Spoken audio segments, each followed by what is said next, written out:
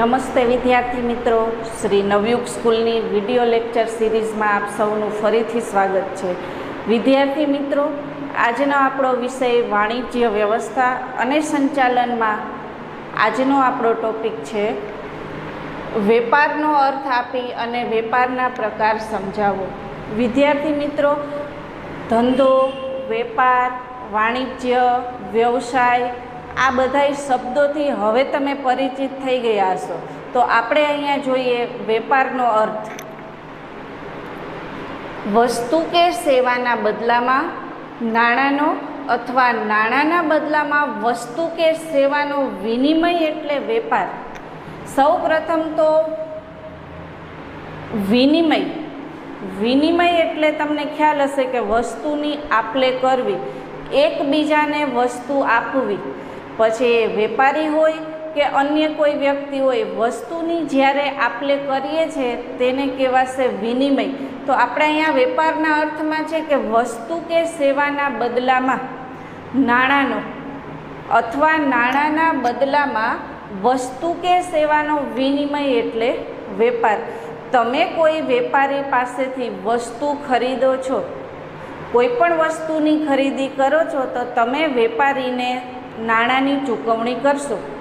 તો તમારી પાસે જે વસ્તુ આવી છે એના બદલામાં તમે નાણાં ચૂકવ્યા છે, તો આ એક પ્રકારનો વેપાર થશે। આગળ આપણે એમાં જોઈએ કે નાણાંના બદલામાં વસ્તુ કે સેવાનો વિનિમય, તમને જે વસ્તુ કે સેવા ખરીદી છે એના બદલામાં તમે નાણાં વેપારીને ચૂકવો છો, એ થશે વેપાર। અને નાણાંના બદલામાં આપણને વેપારી છે એ વસ્તુ કે સેવા આપે છે, તો એ પણ એક પ્રકારનો શું થશે? વેપાર। ટૂંકમાં ગ્રાહક અને વેપારી વચ્ચે જે નાણાં અને વસ્તુની લેવડ દેવડ થાય છે એને વેપાર કહેવાય। તો આ વસ્તુ છે એ વેપારી અને ગ્રાહક વચ્ચે જ નથી થતી, વેપારી વચ્ચે પણ થાય છે। નાના પાયાના વેપારી હોય એ મોટા જથ્થાબંધ વેપારીઓ પાસેથી માલ ખરીદે છે, તો એ પણ એક પ્રકારનો શું થયો? વેપાર જ થયો। એ પણ વસ્તુ કે સેવાના બદલામાં નાણાં આપશે અથવા નાણાંના બદલામાં વસ્તુ કે સેવા આપશે, તો આ પણ એક પ્રકારનો શું થાય છે? વેપાર જ। આપણે અર્થ એકવાર ફરીથી જોઈ જઈએ। વસ્તુ કે સેવાના બદલામાં નાણાંનો અથવા નાણાંના બદલામાં વસ્તુ કે સેવાનો વિનિમય એટલે આપ-લે કરવી, એને કહેવાશે વેપાર। હવે આ વેપારના મુખ્ય અહીંયા બે પ્રકાર પડે છે। જોઈએ આપણે આંતરિક વેપાર, આંતરરાષ્ટ્રીય વેપાર। આંતરિક વેપાર, આંતરરાષ્ટ્રીય વેપાર। હવે પહેલાં આપણે આંતરિક વેપાર સમજીએ। શબ્દને જોતાં જ તમને ખ્યાલ આવી ગયો હશે કે આંતરિક વેપાર એટલે શું? જે વેપાર છે એનું ઉત્પાદન અને વેચાણ દેશની સરહદમાં થતું હોય તેને કહેવાશે આંતરિક વેપાર। ફરીથી કહું છું, રિપીટ કરું છું કે જે વસ્તુ કે સેવાનું ઉત્પાદન અને વેચાણ દેશની સરહદની અંદર જ થતું હોય તો એને કહેવાશે આંતરિક વેપાર। દાખલા તરીકે હું તમને એક્ઝામ્પલ આપું કે આપણા ગુજરાતમાં જે ગીરની કેસર કેરીઓ છે એ ખૂબ વખણાય છે, તમને બધાને ખબર જ છે। તો એ અન્ય રાજ્યમાં મોકલવામાં આવે, મહારાષ્ટ્રમાં દાખલા તરીકે મોકલવામાં આવે, તો એ છે આંતરિક વેપાર। કે દેશની સરહદની અંદર જ અલગ અલગ રાજ્યો વચ્ચે વેપાર જે ચાલતો હોય તો એને કહેવાશે આંતરિક વેપાર। બરોબર છે? આંતરિક વેપાર સામાન્ય રીતે આંતરિક વેપાર એટલે દેશની સરહદમાં જ વેપાર થતો હોય। જેટલા પાયે, મોટા પાયે હોય કે નાના પાયે વેપાર વિકસતો હોય એ દેશની સરહદમાં જ, ટૂંકમાં આપણા દેશમાં જ વેપારનો વિકાસ થતો હોય, તો આને કહેવાશે આંતરિક વેપાર। હવે આ આંતરિક વેપારના પણ બે પ્રકાર પડે। જોઈએ આપણે આંતરિક વેપારના જથ્થાબંધ વેપાર અને છૂટક વેપાર। આ શબ્દથી તમે પરિચિત હશો જ। જથ્થાબંધ વેપાર એટલે ઉત્પાદનકર્તા પાસેથી જ્યાં વસ્તુનું ઉત્પાદન થાય છે ત્યાંથી વેપારીઓ મોટા જથ્થામાં માલ લાવે છે। બરોબર છે? મોટા જથ્થામાં માલ લાવે છે અને તે અન્ય વેપારીઓને વેચે છે એને કહેવાશે જથ્થાબંધ વેપાર. આ પ્રકારનો જે વેપાર છે એને કહેવાશે જથ્થાબંધ વેપાર. ફરીથી રિપીટ કરું છું કે ઉત્પાદનકર્તા પાસેથી જ્યાં વસ્તુનું ઉત્પાદન થાય છે ત્યાંથી વેપારીઓ માલ લાવે છે અને અન્ય વેપારીઓને વેચે છે. આ પ્રક્રિયાને કહેવાશે જથ્થાબંધ વેપાર. બરોબર. તો એનો બીજો પ્રકાર છે છૂટક વેપાર. હવે આ જે જથ્થાબંધ વેપારીઓ પાસેથી જે નાના નાના વેપારીઓ છે એ માલ લાવે છે અને ગ્રાહકો સુધી પહોંચાડે તો આ પ્રક્રિયાને આ વેપારને કહેવાશે છૂટક વેપાર. ફરીથી એકવાર રિપીટ કરું, આંતરિક વેપારના બે પ્રકાર છે, જથ્થાબંધ વેપાર, છૂટક વેપાર. જથ્થાબંધ વેપાર એટલે ઉત્પાદનકર્તા પાસેથી વેપારી માલ લાવે છે અને અન્ય વેપારીને વેચે છે. જ્યારે છૂટક વેપાર એટલે કે જે જથ્થાબંધ વેપારીઓ છે એની પાસેથી નાના નાના વેપારીઓ માલ લાવે છે અને ગ્રાહક સુધી આપણા સુધી પહોંચાડે છે તો એને કહેવાશે છૂટક વેપાર. બરોબર છે. હવે વેપારના પ્રકારમાં આપણે એનો બીજો પ્રકાર જોઈએ, આંતરરાષ્ટ્રીય વેપાર. શબ્દથી જ તમને ખ્યાલ આવી જવો જોઈએ. આંતરરાષ્ટ્રીય એટલે આપણા દેશની સરહદ છે, આપણા દેશની સીમાની બારે જે વેપાર થતો હોય તેને કહેવાશે આંતરરાષ્ટ્રીય વેપાર. દાખલા તરીકે એક્ઝામ્પલ આપું તમને કે આપણા દેશમાંથી જે વસ્તુઓનું ઉત્પાદન થાય છે અન્ય દેશમાં મોકલવામાં આવે. દાખલા તરીકે ભારતમાં જે કાંઈ વસ્તુ બની રહી છે એનું વેચાણ અમેરિકામાં કરવામાં આવે તો આ જે પ્રક્રિયા છે, આ જે વેપાર છે એને આંતરરાષ્ટ્રીય વેપાર કહેવાશે. ટૂંકમાં કહું તો કે દેશની સરહદની બહાર જે વેપારની પ્રક્રિયા, વેચાણની પ્રક્રિયા થઈ રહી છે તેને કહેવાશે આંતરરાષ્ટ્રીય વેપાર. હવે વિદ્યાર્થી મિત્રો, આંતરરાષ્ટ્રીય વેપારના પણ 3 પ્રકાર પડે છે: આયાત વેપાર, નિકાસ વેપાર, પુનઃ નિકાસ વેપાર. આંતરરાષ્ટ્રીય વેપારના 3 પ્રકાર છે: આયાત વેપાર, નિકાસ વેપાર અને પુનઃ નિકાસ વેપાર. પહેલું જોઈએ આપણે આયાત વેપાર. બરોબર છે. હવે તમે 10મા ધોરણમાં આયાત, નિકાસ આવા બધા શબ્દો આવી જ ગયા અને એનાથી પરિચિત જ છો. તો હવે આયાત નિકાસ, આયાત વેપાર એટલે શું પહેલાં આપણે જોઈએ કે અન્ય દેશમાંથી આપણા દેશમાં જે કાંઈ ચીજ વસ્તુઓ કે સેવાઓ મંગાવવામાં આવે તો એને કહેવાશે આયાત વેપાર. ફરીથી રિપીટ કરું છું કે બીજા દેશમાંથી આપણા દેશમાં ચીજ વસ્તુઓ મંગાવવામાં આવે અને પછી તેનું વેચાણ કરવામાં આવે તો એને કહેવાશે આયાત વેપાર. એક્ઝામ્પલ દ્વારા સમજીએ આપણે કે આપણે જાપાનથી ટીવી મંગાવીએ છીએ અને એનું વેચાણ અહીંયા ભારતમાં કરીએ છીએ તો એને કહેવાશે આયાત વેપાર. બીજો પ્રકાર છે નિકાસ વેપાર. નિકાસ વેપાર એટલે આપણા દેશમાં ચીજ વસ્તુઓનું ઉત્પાદન કરવામાં આવે અને એ ચીજ વસ્તુઓ બહાર બીજા અન્ય દેશમાં મોકલવામાં આવે તો એને કહેવાશે નિકાસ વેપાર. આપણે ઉદાહરણ દ્વારા સમજીએ કે આપણી જૂનાગઢની કેરી છે એ કોઈ પણ બીજા દેશમાં, દાખલા તરીકે રશિયામાં મોકલવામાં આવે તો આ જે પ્રક્રિયા છે એ થશે નિકાસ વેપાર. ફરીથી આયાત વેપાર એટલે શું થશે કે અન્ય દેશની ચીજ વસ્તુઓ આપણા દેશમાં મંગાવવામાં આવે અને તેનું વેચાણ કરવામાં આવે આપણા દેશમાં તો એને કહેવાશે આયાત વેપાર. નિકાસ વેપાર એટલે કે આપણા દેશમાંથી અન્ય દેશમાં ચીજ વસ્તુઓ મોકલવામાં આવે તો એને કહેવાશે નિકાસ વેપાર. હવે ત્રીજો પ્રકાર જોઈએ પુનઃ નિકાસ વેપાર. પુનઃ નિકાસ વેપાર એટલે અન્ય દેશમાંથી કોઈ પણ વસ્તુ મંગાવવામાં આવે અને એ બીજા દેશને વેચવામાં આવે તો એને કહેવાશે પુનઃ નિકાસ વેપાર. ફરીથી રિપીટ કરું છું, અન્ય દેશમાંથી કોઈ ચીજ વસ્તુ મંગાવવામાં આવે અને એને બીજા દેશમાં નિકાસ કરવામાં આવે તો એને કહેવાશે પુનઃ નિકાસ વેપાર. ફરીથી હું તમને એક્ઝામ્પલ દ્વારા સમજાવું કે આપણે જાપાનથી ટીવી લાવીએ છીએ ભારત દેશમાં કોઈ વેપારી છે એ જાપાનથી ટીવી લાવે છે અને એ ટીવી અમેરિકાને વેચશે તો આને કહેવાશે પુનઃ નિકાસ વેપાર, બરોબર છે। આપણે ફરીથી એકવાર આખો પ્રશ્ન જોઈ જઈએ કે વેપાર એટલે વસ્તુ કે સેવાના બદલામાં નાણાંનો અથવા નાણાંના બદલામાં વસ્તુ કે સેવાનો વિનિમય કરવું એટલે વેપાર। એના કુલ કેટલા પ્રકાર છે વેપારના? 2 પ્રકારો છે, આંતરિક વેપાર અને આંતરરાષ્ટ્રીય વેપાર। આંતરિક વેપારના પણ 2 પ્રકાર પડે છે, જથ્થાબંધ વેપાર, છૂટક વેપાર। આંતરરાષ્ટ્રીય વેપારના 3 પ્રકાર પડે છે, આયાત વેપાર, નિકાસ વેપાર અને પુનઃ નિકાસ વેપાર। વિદ્યાર્થી મિત્રો, આ પ્રશ્ન વ્યવસ્થિત તમે 2-3 વાર વિડીયો જોઈ અને સમજી લેજો। વિદ્યાર્થી મિત્રો, બીજો આપણો ટોપિક છે વાણિજ્યનો અર્થ આપી વાણિજ્યનું મહત્ત્વ સમજાવો। હવે પહેલાં તો આપણે જોઈ લઈએ કે વાણિજ્ય એટલે શું। વાણિજ્ય એટલે વેપાર અને વેપારને સહાયક સેવાઓ। વેપાર સાથે જેટલી સહાયક સેવાઓ જોડાયેલી છે તેને આપણે વાણિજ્ય કહીશું। વેપાર સાથે ઘણી બધી સેવાઓ જોડાયેલી છે।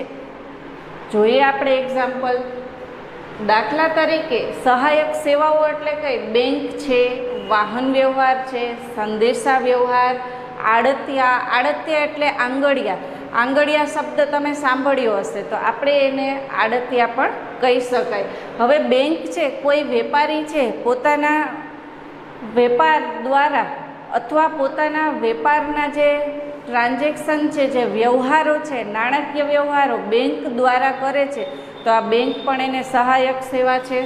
વાહન વ્યવહાર, વેપારી છે એ વાહન વ્યવહાર દ્વારા પોતાનો જે માલનું વેચાણ કરવાનું છે અથવા ખરીદી કરવાની છે એ મંગાવે છે તો આ પણ એક સહાયક સેવા છે। સંદેશા વ્યવહાર, માલની માહિતી આપવાની હોય અથવા મંગાવવાની હોય અથવા કોઈ પણ ઇન્ફોર્મેશન છે, વેપારી છે એ સંદેશા વ્યવહાર દ્વારા અન્ય વેપારીને કે ઉત્પાદન કરનાર પેઢીને અથવા કંપનીને મોકલી શકે છે।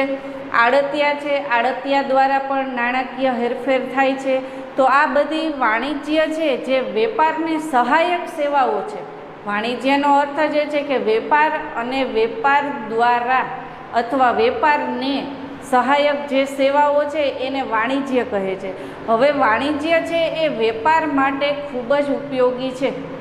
વાણિજ્યની સેવાઓનો જેમ જેમ વિકાસ થાય એ રીતે વેપારનો પણ વિકાસ ખૂબ મોટા પ્રમાણમાં થાય છે। તો હવે આપણે જોઈએ કે આ વાણિજ્ય છે એ કઈ રીતે અને કોના માટે મહત્ત્વ ધરાવે છે। મુખ્ય 3 સ્ત્રોતો છે, 3 બાબતો છે કે જેના માટે વાણિજ્યનું ખૂબ જ મહત્ત્વ છે, કે જેના મહત્ત્વ દ્વારા વાણિજ્યનો અને વેપારનો, વાણિજ્ય દ્વારા વેપારનો ખૂબ વિકાસ થાય। એમાંનું પહેલું છે વેપારીઓ માટે। વેપારી નાશવંત વસ્તુઓનો સંગ્રહ કરી શકે છે, નાણાકીય હેરફેર સરળ બનાવી શકે છે। આપણે પહેલાં 2 પોઈન્ટ સમજીએ કે વેપારીઓ છે એ નાશવંત વસ્તુનો સંગ્રહ કરી શકે છે। કઈ રીતે? વાણિજ્ય સેવાઓ દ્વારા વેપારીઓ છે જે નાશવંત વસ્તુઓ એટલે ઝડપથી બગડી જાય એવી, તો હવે તમે જોવો છો કે દૂધ છે, દાખલા તરીકે અમૂલનું દૂધ છે એ 2-3 દિવસ પહેલાં અથવા તો થોડો સમય પહેલાં એનું ઉત્પાદન કરી અને એ કોથળીમાં પેક કરવામાં આવે છે, છતાં પણ ગ્રાહક સુધી પહોંચે, આપણા સુધી પહોંચે તો એ ફ્રેશ જ રહે છે। તો એ વેપારીઓ છે એને આ નાશવંત વસ્તુનો સંગ્રહ કરવો વાણિજ્ય દ્વારા જ શક્ય બન્યો છે અને સરળ બને છે કે નાશવંત વસ્તુઓ છે એનો સંગ્રહ કરી શકે છે। ગોડાઉનમાં પણ તમે જુઓ કે અમુક છે દૂધ છે, ફળ છે, શાકભાજી છે, આવી નાશવંત વસ્તુઓ ઝડપથી બગડી જાય છે, છતાંય વાણિજ્યની સહાયથી વેપારી તેનો સંગ્રહ કરી શકે। બીજો આપણો પોઈન્ટ હતો નાણાકીય હેરફેર સરળ બનાવી શકે। આપણે આગળ જોયું ને એક્ઝામ્પલમાં સહાયક સેવાઓમાં કે બેંક, તો જે વેપારીઓ છે નાણાકીય જે હેરફેર કરવાની છે એ બેંક જેવી સહાયક સેવાઓ છે એના દ્વારા સરળ બનાવી શકે છે। વેપારીઓ માટે નાણાકીય હેરફેર ખૂબ સરળ બની રહે છે। પછીનો આપણે જોઈએ, કાચા માલની હેરફેર ઝડપથી અને યોગ્ય સ્થળે થઈ શકે છે. વેપારીઓ છે એ કાચો માલ મંગાવે છે અથવા કાચા માલની અન્ય જગ્યાએ મોકલે છે, તો એની હેરફેર વાણિજ્ય દ્વારા સરળ થાય છે. વાણિજ્ય દ્વારા કાચા માલની હેરફેર કઈ રીતે સરળ થાય કે વાહન વ્યવહાર દ્વારા માલ છે એ મોકલવામાં આવે છે. તો વાહન વ્યવહાર છે એ એક પ્રકારની શું છે, એની સહાયક સેવા છે. તો આ રીતે વેપારીઓને કાચા માલની હેરફેર કરવા માટે અને યોગ્ય સ્થળે મોકલવા માટે પણ વાણિજ્ય ખૂબ જ મહત્ત્વનું છે. એના દ્વારા વેપારનો વિકાસ થાય છે. પછીનો પોઈન્ટ આપણે જોઈએ, વેપારીઓ વસ્તુ અંગેની માહિતી ગ્રાહક સુધી પહોંચાડી શકે છે. આપણે જોયું ને આગળ સંદેશા વ્યવહાર, કે કોઈ પણ માલ છે વેપારી પાસે, અત્યારે તમે જુઓ ઓનલાઈનનું માધ્યમ કેટલું વધી ગયું છે. શિક્ષણનું તો હવે માધ્યમ વધી ગયું છે, પણ અન્ય વસ્તુઓ ગ્રાહક સુધી પહોંચાડવા માટે ગ્રાહકના ઘરે જવું પડતું નથી. દાખલા તરીકે કોઈ નવી વસ્તુનું ઉત્પાદન થયું છે તો તમે ગ્રાહકને ઓનલાઈન દ્વારા એની માહિતી આપી શકો. મોબાઈલમાં તમે એકસાથે એક કરતાં વધુ વ્યક્તિઓને એ માહિતી છે એ શેર કરી શકો, પહોંચાડી શકો. તો આ વેપારને સહાયક સેવા વાણિજ્યનો જ એક ભાગ છે કે વસ્તુ અંગેની માહિતી જે છે એ ગ્રાહક સુધી ખૂબ ઝડપથી તમે પહોંચાડી શકો. સેકન્ડોમાં તમે કોઈ પણ એક માહિતી છે એક કરતાં વધુ વ્યક્તિઓ પાસે તમે થોડીક ક્ષણોમાં જ, અમુક સેકન્ડોમાં જ પહોંચી જાય છે.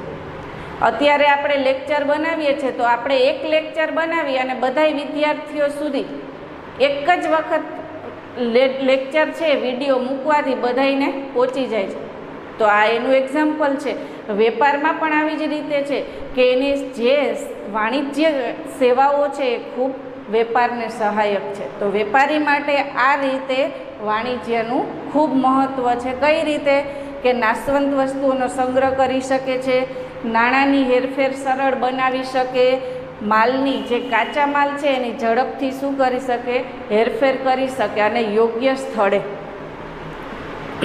વેપારી વસ્તુ અંગેની માહિતી છે ગ્રાહક સુધી ઝડપથી પહોંચાડી શકે. હવે વાણિજ્યનું જે બીજો સ્ત્રોત છે એ છે ગ્રાહકો માટે. ગ્રાહકો એટલે આપણે. તો જોઈએ આપણે એમાં નવી વસ્તુઓ મેળવે છે, જરૂરિયાતની ચીજ વસ્તુઓ યોગ્ય સ્થળે અને યોગ્ય સમયે મેળવી શકે છે. હવે તમે જુઓ નવી વસ્તુઓ મેળવે છે. આપણે આગળ જ જોયું કે અત્યારે બજારમાં કોઈ પણ નવી વસ્તુ આવી હોય તો એની જાણકારી ગ્રાહકોને તરત જ મળી જાય છે. તો એમાં આપણે એના માટે એ વેપાર માટે સહાયક સેવા વાણિજ્ય છે કે નવી વસ્તુઓ ગ્રાહકને તરત મળી જાય છે, ગ્રાહક સુધી તરત જ પહોંચી જાય છે. બીજું આપણે જોયું કે જરૂરિયાતની વસ્તુઓ યોગ્ય સ્થળે અને યોગ્ય સમયે મળી જાય છે. જેમ વાણિજ્યનો વિકાસ થયો એમ વાહન વ્યવહાર, સંદેશા વ્યવહાર ખૂબ જ ઝડપી બની ગયું. તો ગ્રાહકોને પોતાની જરૂરિયાતની જે વસ્તુઓ છે એ માંગે એટલે તરત જ મળી જાય છે, અને દરેક જગ્યાએ વસ્તુ અત્યારે ઉપલબ્ધ હોય છે એટલે યોગ્ય સ્થળેથી પણ મળી રહે છે. પછી ગ્રાહકોનું જીવન ધોરણ ઊંચું લાવી શકાય છે. હવે તમે જુઓ કે આપણે આવી નવી ટેકનોલોજી આવે એના કારણે ગ્રાહકોનું જીવન ધોરણ કેવું આવે છે, ઊંચું.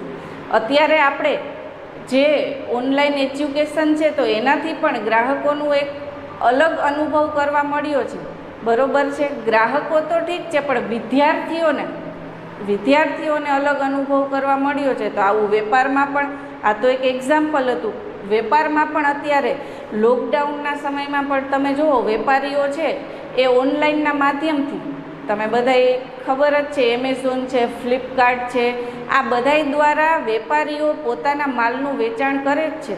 ઘર બેઠા જ તમને વસ્તુઓ મળી જાય છે. તો આના કારણે ગ્રાહકોનું જીવન ધોરણ કેવું આવે છે, ઊંચું આવે છે.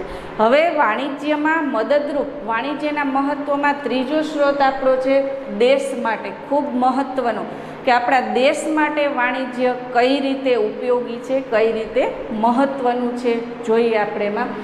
આંતરરાષ્ટ્રીય વેપાર થઈ શકે છે.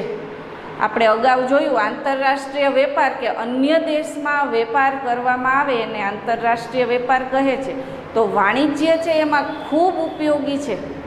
આંતરરાષ્ટ્રીય વેપાર પ્રક્રિયા જ્યારે કરવી હોય ત્યારે વાણિજ્યનું મહત્ત્વ ખૂબ હોય છે. વાણિજ્ય દ્વારા, વાણિજ્ય અને સહાયક સેવાઓ દ્વારા આપણે વેપાર છે એ મોટા પ્રમાણમાં કરી શકીએ છીએ. આપણા દેશમાં તો વેપાર કરીએ જ, પરંતુ અન્ય દેશમાં પણ એનો ખૂબ સારો એવો વિકાસ કરી શકીએ છીએ. બીજું છે દેશનો આર્થિક વિકાસ શક્ય બને છે. ખૂબ મહત્ત્વની બાબત, દેશ, કોઈ પણ દેશ છે એનો આર્થિક વિકાસ એના વાણિજ્ય સાથે જોડાયેલો છે. જેટલી વાણિજ્યની સેવાઓ છે એનું ઊંચું ધોરણ હોય એમ દેશનો આર્થિક વિકાસ પણ ઊંચો બને છે. પછીનું છે નવી નવી ટેકનોલોજી મેળવી શકાય છે, દેશની સમૃદ્ધિમાં વધારો કરી શકાય છે, અન્ય દેશો સાથે સંબંધ વિકસાવી શકાય છે. નવી નવી ટેકનોલોજી મેળવી શકાય. હવે તમે જુઓ કે વાણિજ્ય દ્વારા આપણે વેપારમાં અત્યારે તમે માર્કેટમાં જોતા જશો કે નવી નવી ઘણી ટેકનોલોજી આવી છે. ઓનલાઈનના માધ્યમથી તમને વસ્તુઓ મોકલે, ઓનલાઈનના માધ્યમથી તમે વસ્તુઓ ના ખરીદો અને પ્રત્યક્ષ રીતે વેપારી પાસે ખરીદવા જાઓ તો એમાં પણ નવી નવી ઓફરો, નવી સ્કીમ, નવી ટેકનોલોજી, આ બધાયનો વિકાસ થયો છે. તો એના માટે જરૂરી છે અને મહત્ત્વનું છે વાણિજ્ય. વાણિજ્યનો ખૂબ એમાં ફાળો છે. તેના કારણે જ નવી નવી ટેકનોલોજીનો વિકાસ થયો છે અને એ દેશ માટે ખૂબ જરૂરી છે. બીજું હતું કે દેશની સમૃદ્ધિમાં વધારો કરે. હવે તમે જુઓ કે વાહન વ્યવહાર છે, સંદેશા વ્યવહાર છે, બેંક છે, આ તમામ જે વાણિજ્ય અને સહાયક સેવાઓ છે એનો જેમ જેમ વિકાસ થાય તો એ દેશની સમૃદ્ધિનો પણ એમાં વિકાસ રહેલો છે. પછીનું હતું કે અન્ય દેશો સાથે સંબંધો વિકસાવી શકાય છે. આંતરરાષ્ટ્રીય વેપાર આપણે જોયું ને આગળ કે અન્ય દેશો સાથે નવા નવા વેપારી સંબંધો વિકસાવવા હોય તો એના માટે વાણિજ્ય છે એ ખૂબ જ મહત્ત્વનો ભાગ ભજવે છે, ખૂબ જ મહત્ત્વનું પરિબળ છે. તો આપણે વાણિજ્યનું આપણે એકવાર શોર્ટમાં જોઈ લઈએ કે વાણિજ્ય એટલે વેપાર અને વેપાર સાથે જેટલી સેવાઓ જોડાયેલી છે એને કહેવાશે વાણિજ્ય. હવે એમાં સહાયક સેવાઓ એટલે કઈ? બેંક છે, વાહન વ્યવહાર છે, સંદેશા વ્યવહાર છે, આડતિયાઓ છે, આ તમામ છે બેંકની સાથે જોડાયેલી સેવાઓ છે. બરોબર છે. હવે વાણિજ્યનું મહત્ત્વ માટે 3 પરિબળો છે એ ખૂબ મહત્ત્વના છે કે વાણિજ્યનું મહત્ત્વ આ 3 સ્ત્રોતો માટે ખૂબ મહત્ત્વના છે. કયા કયા? વેપારીઓ માટે, ગ્રાહકો માટે અને દેશ માટે. આ 3 પરિબળો માટે અને એના દ્વારા જ વાણિજ્યનો ખૂબ વિકાસ થાય છે. નમસ્તે વિદ્યાર્થી મિત્રો.